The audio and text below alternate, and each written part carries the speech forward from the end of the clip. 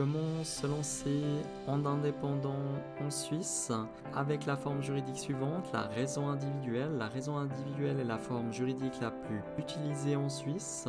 Pas besoin d'un capital pour démarrer l'activité, donc on démarre simplement notre activité avec nos premiers clients. On donne un nom à notre entreprise, donc à notre raison individuelle. Ce nom il peut être fantaisiste, on peut inventer simplement un nom et suivre le nom de notre nom de famille. On peut aussi mettre le nom de famille au début comme on le souhaite, mais il faut que le nom de famille soit visible dans le nom de l'entreprise afin que les clients, que les partenaires, que les entreprises qui travaillent avec nous voient en lisant la raison sociale, donc le nom de l'entreprise, ils voient qu'il y a un nom de famille, donc il s'agit bien d'une raison individuelle. Un des avantages que l'on entend souvent par rapport à la raison individuelle, au statut d'indépendant suisse, c'est la responsabilité qui est personnelle et illimitée. La personne qui crée une raison individuelle, c'est la raison individuelle. Il n'y a pas de capital, mais on pourrait dire que le capital c'est nous. Car s'il y a un quelconque problème, un paiement qui n'a pas été fait, une charge qui n'a pas été payée par exemple pour un local commercial, la personne s'attaquera à nous directement. L'entreprise, le fournisseur va s'attaquer directement à nous et on se trouvera dans la situation où on devra rembourser donc les dettes de l'entreprise, les charges, les montants à payer avec notre propre argent et on sera attaquable personnellement. D'où l'importance d'être particulièrement prudent dans toutes les décisions que l'on prend pour éviter une situation difficile par la suite et donc on limite les risques au maximum.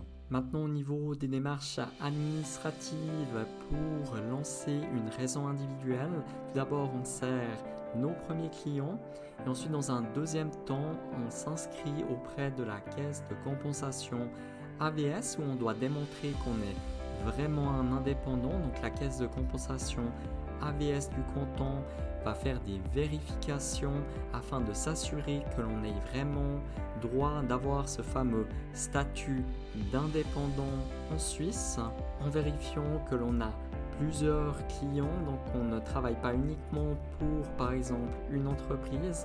Dans ce cas, la caisse de compensation donc, se posera la question si en réalité on est presque employé caché entre guillemets, donc on travaille que pour une entreprise. L'entreprise elle ne paye pas les vacances, elle ne paye pas les charges sociales, elle paye uniquement des frais pour des prestations à une personne qui travaille en indépendant de guillemets et donc là ce serait une situation qui n'est pas optimale et dans ce cadre là la caisse de compensation enverrait normalement une facture à cette entreprise pour que cette entreprise paye les charges sociales et ainsi de suite. Donc cela engendrerait donc d'autres soucis pour l'entreprise.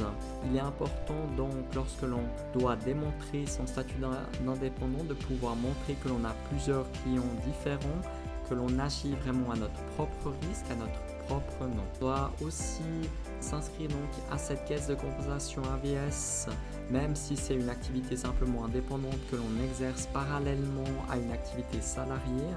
Simplement dans ce cadre-là, on devra le faire à partir d'un bénéfice annuel de 2300 francs. Donc c'est à partir de ce moment-là où ce sera obligatoire. On peut le faire plus tôt bien entendu, mais c'est uniquement à partir de 2300 francs de bénéfice annuel que l'on sera obligé de le faire. L'inscription au registre du commerce, elle doit se faire à partir de 100 000 francs de chiffre d'affaires annuel.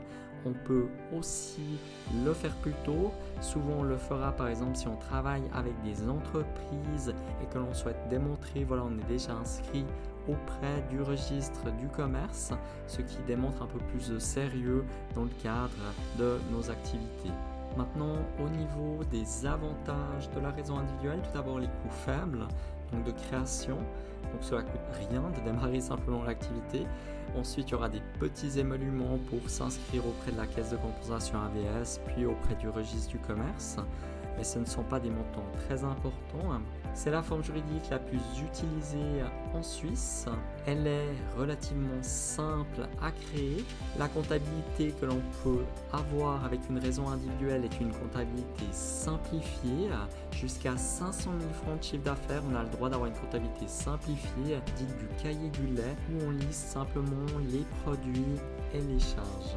Maintenant, au niveau des désavantages de la raison individuelle, tout d'abord la responsabilité, bien entendu, le fait que l'on doit être seul pour lancer, on ne peut pas être plusieurs, on ne peut pas avoir la participation d'autres personnes dans le cadre de la création de l'entreprise.